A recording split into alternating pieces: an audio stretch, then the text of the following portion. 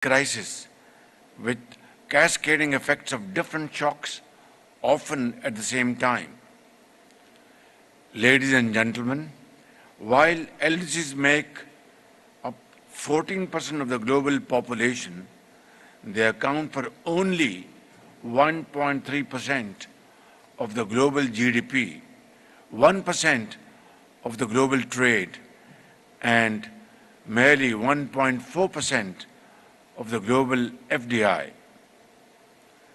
These multiple crises have taken a heavy toll on the least developed countries. Their GDP growth has plummeted, international trade has shrunk, poverty and food insecurity has risen, inequality has widened. Due to these factors, developing countries like Pakistan have also suffered a severe setback to their developmental goals. Mr. President, I am here to express Pakistan's full support and solidarity with the developed countries in their quest for social progress and economic prosperity.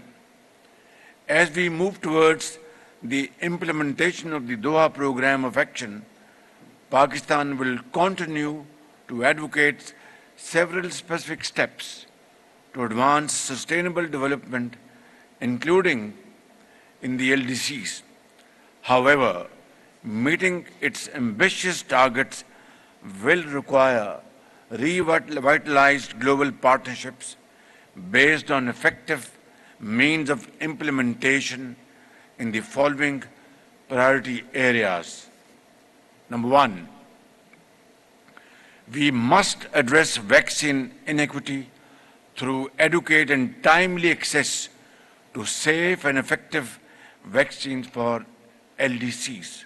Second, the historical commitment of ODA, comprising 0.7% of the GNI of OECD countries, must be fulfilled, of which 0.15 to 0.2% must be allocated to the LDCs. Third, we must address the increasingly unsustainable debt burden of many LDCs.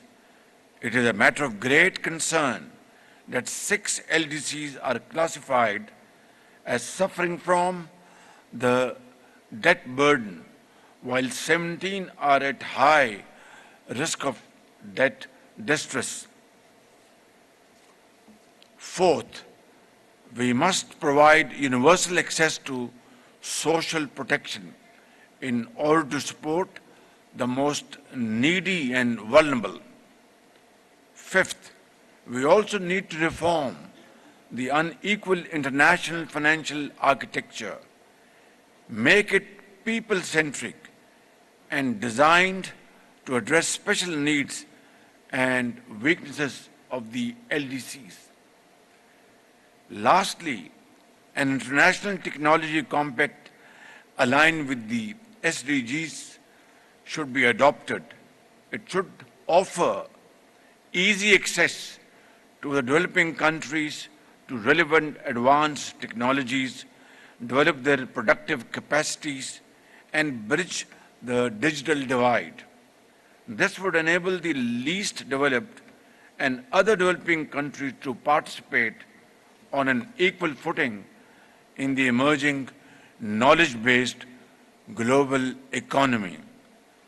Mr. President, I am pleased to note that the Doha Programme of Action sets an ambitious target to enable 15 additional LDCs to meet the criteria for graduation by 2031. Concrete measures agreed upon in the Programme of Action, such as online university, an international investment support center, and a system of food stocks for the LDCs are laudable. Putting the welfare of the millions of people belonging to the LDCs at the center of affirmative policy action remains our most cherished goal. Let me assure you that Pakistan will actively support the implementation of the Doha Programme of Action, including within the framework of South-South cooperation.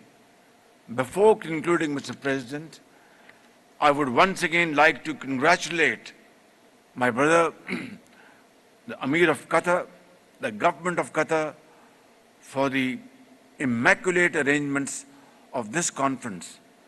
Qatar has further bolstered its standing in the Community of Nations as a champion of sustainable development of the Global South.